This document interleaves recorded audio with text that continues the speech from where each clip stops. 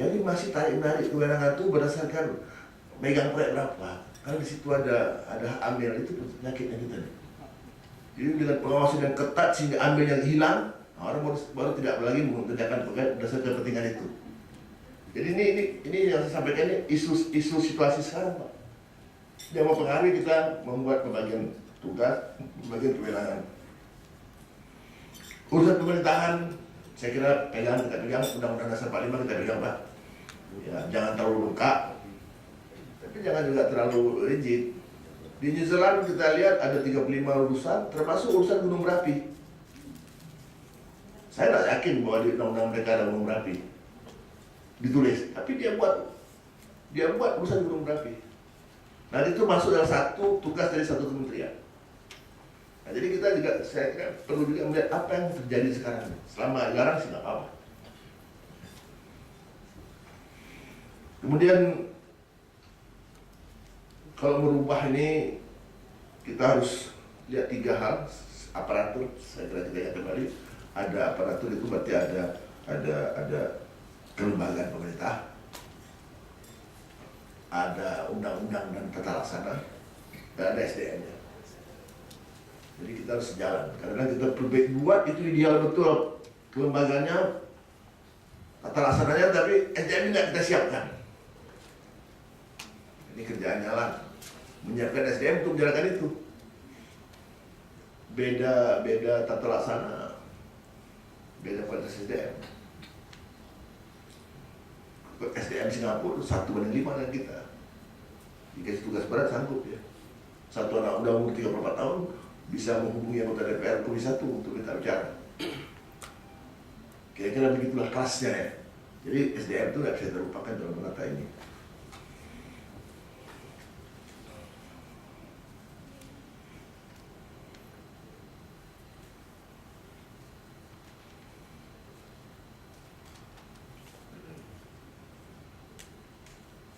Ya, tadi ada konsep struktur mengikuti fungsi, ya betul, tupoksi betul, performa betul. Tapi saya sebagai arsitek juga ingin mengatakan ada pola lagi, Pak. Ada orang bikin bangunan, dia buat dulu perencanaan, ruang apa saja yang diperlukan. Nanti jadinya satu bangunan. Itu pendekatan form for function. Tapi ada juga orang bikin istana.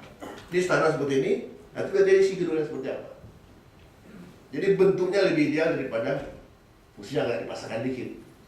Nah, artinya begini, kita bisa aja bentukkan 17. Nah, boleh kita isi. Satu menteri berapa urusan.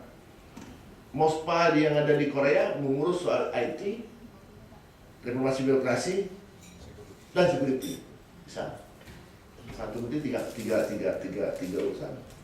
Jadi bisa juga dari sana kita masuk. Fungsi juga bisa.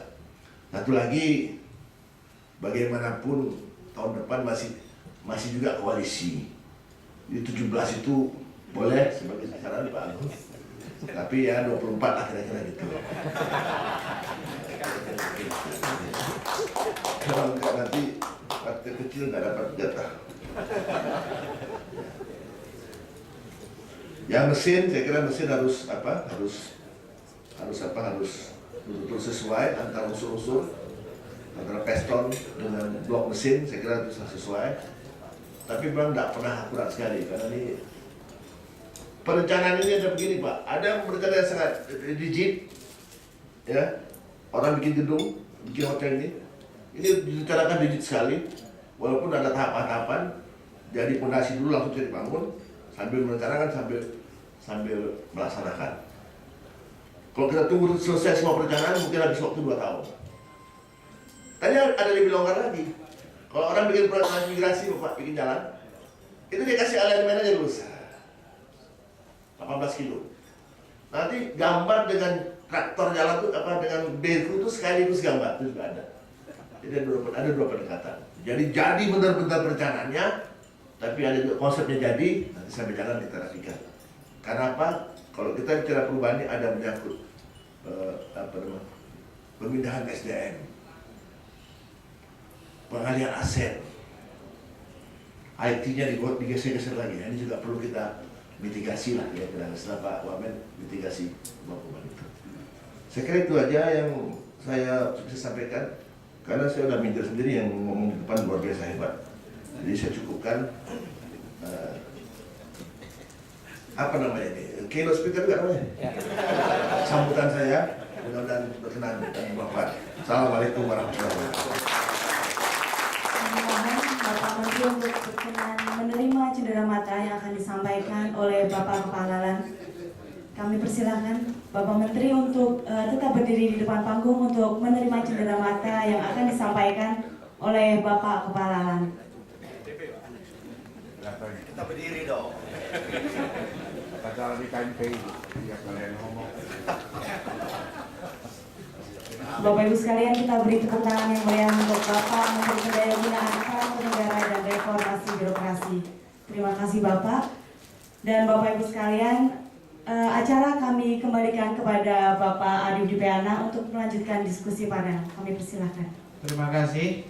Terima kasih Pak Menteri, pidato kuncinya walaupun ada di tengah-tengah acara, tapi kira-kira kuncinya kira-kira lebih sama lah Pak, yang seperti Bapak sampaikan dengan apa yang mudah-mudahan akan disampaikan oleh para pembicara. Jadi kuncinya sudah pas. Baik Bapak Ibu sekalian, kita lanjutkan lagi perbincangan kita berkaitan dengan arsitektur Kabinet 2014-2019. Kali ini kami meminta kesediaan Pak Agun untuk menyampaikan pandangan. Bisa memakai ini juga Pak, silakan Pak. Ya. Bismillahirrahmanirrahim. Assalamualaikum warahmatullahi wabarakatuh. Jadi kuncinya itu nanti ada di Pak Hasto sama di Pak Dr. Aulia, Pak Menteri. Koalisi ada. Jadi kuncinya di mereka. Saya hadir di sini sebagai Ketua Komisi 2 yang menangani masalah-masalah birokrasi seperti ini. Walaupun mungkin susah juga sih ninggalin Golkar. Nah, saya mulai. Arsitektur Kabinet tahun 2014-2019 di dalam mengungkapkan tentang arsitektur kabinet ini, saya ada beberapa pertimbangan yang saya pergunakan yang mirip-mirip dengan tornya lah. Pertimbangan konstitusi itu tidak bisa ya diabaikan, Prof. Eko juga sudah utarakan. Yang kedua, kita hidup ketika dunia ini udah berubah, nggak ada lagi blok-blokan. Yang ada seluruh resources, semua negara bangsa itu bagaimana survive dengan resources yang semakin terbatas, semakin bolong, semakin habis diserap. Akhirnya negara-negara maju juga butuh sumber daya alam yang dia tidak miliki, tapi teknologi dia tinggi. Itu yang disebut dengan globalisasi, yang disebut dengan interdependensi. Itu juga harus jadi pertimbangan tersendiri. Kita tidak bisa dengan slogan Pak Hasto, maaf, zaman dulu gitu, berdikari. Oh, nggak bisa nih, mati aja loh berdikari. Nggak bisa. Saya butuh ini Pak, untuk ngajar cepat. Ini impor nih, kita belum bisa ciptakan ini semua. Bagaimana ngajar di ruangan ini gede tanpa teknologi? Tapi orang yang kaya teknologi itu butuh resources, ya, dia nggak punya tuh. Oh, di kita punya. Mau apa? Timah, emas, platinum, wah segala macam ada. Bahan-bahan logam-logam kan butuh. Mereka butuh itu, kita butuh ini. Itu pertimbangan yang kedua. Pertimbangan yang ketiga, kita ini negara kesatuan yang dibagi atas daerah provinsi dan dibagi atas daerah kabupaten, desentralisasi dan otonomi. Nah, pertimbangan yang keempat apa? Menyusun kabinet ke depan ini efisien tidak, efektif tidak. Ya kalau tidak efisien, terjadi overlap, ya bubarin aja yang satu. Ngapain lagi dipelihara? Kayak Komisi Hukum Nasional. Ngapain lagi ditahan-tahan? Pemerintah kok takut amat sih? Apa takut sama ketuanya? Bubarin aja gitu. Nah, bolak-balik kalau ngomong gitu. Apa takut karena di sana ada Fajrul Falah? Atau di sana karena ada Syahid Api? Wah, nggak ada manfaatnya. Ini yang ngomong anggota DPR nih yang ngomong. Harus didengar, Presiden harus mendengar suara rakyat. Ini suara rakyat, Pak. tapi tidak didengar-dengar. Efisiensi, efektivitas. Lihat ya. Ada Kementerian Tenaga Kerja, kan begitu. Ada BNP2 TKI, apa lagi? Bubarin aja salah satu. Efisien, menurut saya. Masalahnya nggak selesai-selesai juga tuh. TKI di mana bermasalah terus. Kalau perlu dua-duanya aja bubarin. Yang kelima, apa? Tujuan. Menata organisasi birokrasi ini, arsitektur kabinet 2014-2019 ini apa? Tujuan. Jangan lupa, Pak. Jadi Pak Anwar betul Pak ya? Saya ingat bagaimana saya dulu waktu ujian Pak, nyusun masih S1 Pak. Dan dosen saya Bapak Profesor Dr. Mustafa Dika. Saya ketua umum Senapdil. Saya sekjen Ikatan Alumni STIAN, ketua umumnya Hendro Priyo. Saya bikin seminar tiap rutin bawa sarwono. Jadi melihat Pak Anwar ngomong gitu Pak, saya kayak muda lagi, padahal umur saya udah 55. Tapi mudah-mudahan saya berdiri di sini mengikuti jejaknya Pak Menpan. Amin. Nah, kalau mau tertawa, itu doa Pak. Amin. Terima kasih. Kabinet 2000. Nah jadi kita lihat tujuan Indonesia Sejahtera berikut. Membangun Indonesia Sejahtera. Kita tujuannya tidak lain hanya ingin membangun Indonesia Sejahtera. Saya hanya ingin mengatakan, pakai mic aja ya.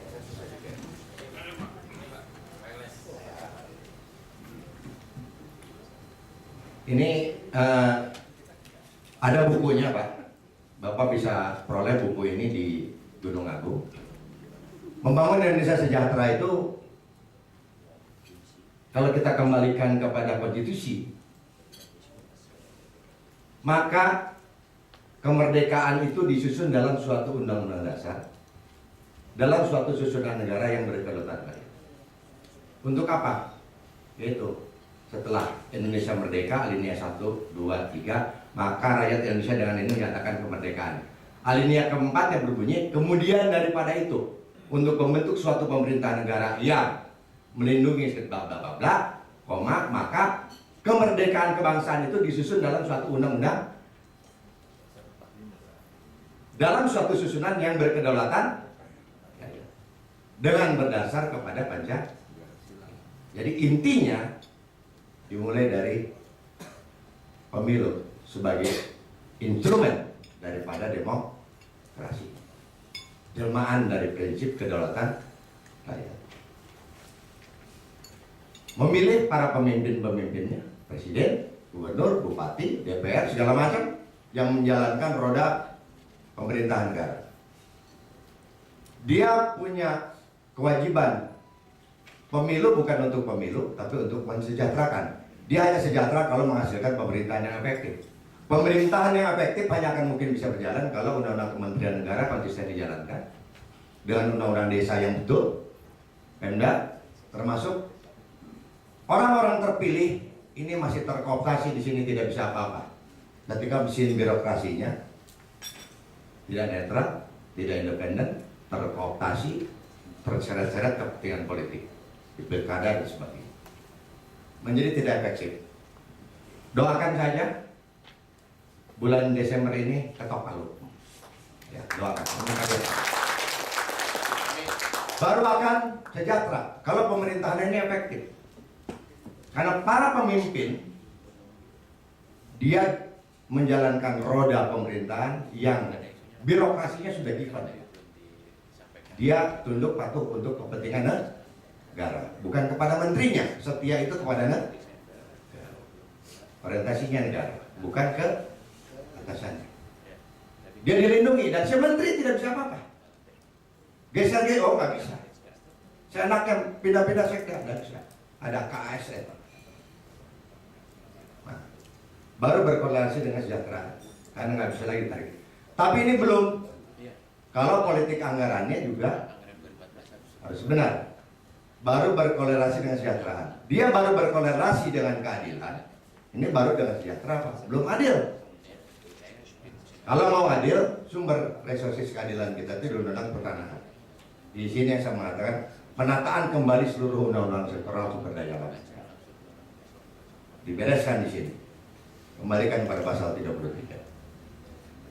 Kemarin kami sudah rakar dengan 7 menteri di sini. Doakan kami Komisi 2 menuntaskan ini untuk pemilu 2014-2019. Inilah tujuan dalam menyusun arsitektur kita. Nah, sementara kalau kita lihat sebelumnya yang piramid. Nah, sementara realitas, kalau saya ingin mengatakan realitas APBN kita, ya, ini seperti ini. Bagaimana kita akan mampu mensejahterakan? Yang sesungguhnya negara kita kan piramid. Kekuasaan pemerintahan negara ada di presiden. Presiden dalam menjalankan urusan pemerintahannya dibantu para menteri, pasal 4, pasal 17. Negara Kesatuan Republik Indonesia dibagi atas daerah provinsi, dibagi atas kabupaten kota, yang masing-masing diatur dengan undang-undang. Inilah piramid negara kita. Presiden dibantu para menteri, membawahi 34 provinsi, sekarang 512 kabupaten kota. Begini, NKRI dibagi atas. Yang dibagi atas itu sekarang baru wilayahnya. Harusnya segala-galanya. Pohon kelapa yang menghasilkan, laut yang menghasilkan, tanah yang menghasilkan, apapun semua yang menghasilkan, itu adalah milik negara Kesatuan Republik Indonesia. Kebijakan ada di pusat. Untuk keuangan, tanggung jawab keuangan. Yang harusnya semuanya dibagi atas provinsi dan kabupaten. Tapi faktanya itu tidak dibagi, Pak. Faktanya yang terjadi, belanja kita APBN 2014, Pak. Pendapatan negara 1.600 triliun. Belanja kita mencapai 1.800 triliun. Namun ada defisit 1,69%, sekitar 200 triliunan. Nah, nyatanya belanja pusat itu mencapai 1.249 triliun. Ini ada belanja subsidi 300 triliun, cicilan hutang dan lain sebagainya. Nah, oke lah itu abaikan. Tapi ternyata belanja kementerian dan lembaga yang dibelanjakan oleh 34 kementerian, 22 lembaga pemerintahan non kementerian, dan komisi-komisi macam-macam gitu ya, itu mencapai angka 637 triliun. Mungkin dikelola oleh jumlah aparatur yang kurang lebih sekitar, ya kalau PNS 4,7 juta dikurangi pegawai negeri di seluruh Indonesia sekitar 2 juta enggak? 900.000. Ya? 900.000. 900.000 aparatur, ini data terakhir, mengelola uang 637 triliun. Reasonable-kah untuk membangun Indonesia saja? Sementara belanja ke daerah 592 triliun dibagi di 34 provinsi, sekarang kan sudah ada Kaltara, dibagi lagi ke 512 kabupaten kota, dibagi lagi mungkin ke, karena desa itu sekitar ada 70 ribuan desa, 70 ribuan desa, itu dibagi semua. Sementara 592 triliun ini di dalamnya ada 238 triliun dalam bentuk dana alokasi pendidikan yang 20%. Artinya sebetulnya real di luar dana pendidikan untuk provinsi dan kabupaten itu hanya mencapai sekitar 350 triliun. Bandingkan dengan 637 triliun. Uangnya seperti ini. Harusnya uangnya juga menjadi seperti ini. Karena Indonesia pasal 18, Negara Kesatuan Republik Indonesia dibagi atas daerah provinsi dan daerah provinsi dibagi atas daerah kabupaten. Jadi jangan hanya wilayahnya yang dibagi. seluruh sumber daya yang dimilikinya pun harus dibagi, termasuk uang yang dihasilkan. Uang yang dihasilkan itu kan dari pajak, dari seluruh resources yang menghasilkan uang, harusnya dikembalikan ke daerah. Nah, ini kembali saya hanya ingin menyatakan membangun Indonesia sejahtera, dikit aja lagi. Nah, ini. Jadi bagaimana kita mau sejahtera, Pak? Walaupun pemilunya Pak Hasto, Pak Aulia, presiden kita hebat sekalipun, kabitnya niatnya bagus, wah Pak, kalau menteri keuangannya gendam seperti yang sekarang, Ganti aja ganti. ganti. Sampaikan pada menteri apa yang saudara-saudara saya yang dari Kementerian Keuangan. Saya bukan mengejek, tapi saya siap berdiskusi untuk mengatakan tanda petik gendam itu. Bukan orang kebijakan. Yuk, diskusi dengan saya, yang menantang. Kalau ada orang Kementerian Keuangan, silakan. Tampilkan saya di Kementerian Keuangan. Kita bedah APBN 2040. Saya memang tukang nantang dari dulu. Mau ketua umum aja nggak takut. Kalau di mana-mana orang sama presiden tidak takut, Pak. Paling takut sama ketua umum. Tapi Paul yang bilang, aku ini nggak pernah ada takut sama ketua umum. Aku tidak takut kan? Jelas Pak ya? Jadi bagaimana politik anggaran ini harus dirubah. Nah, kembali ke struktur kolopang yang awal setelah. Nah, ini harusnya. Ini negara yang dipimpin oleh presiden berdasarkan pasal 4, dibantu para menteri berdasarkan pasal 17, sudah lahir Undang-Undang 39 tahun 2008, ya. Yang negara kesatuan itu dibagi provinsi dan kabupaten, sudah lahir Undang-Undang nomor 32 tahun 2004 tentang pemerintahan daerah. Ini saya ketuanya, ini saya ketuanya, mengamandemen, saya anggotanya. Jadi ikut terus.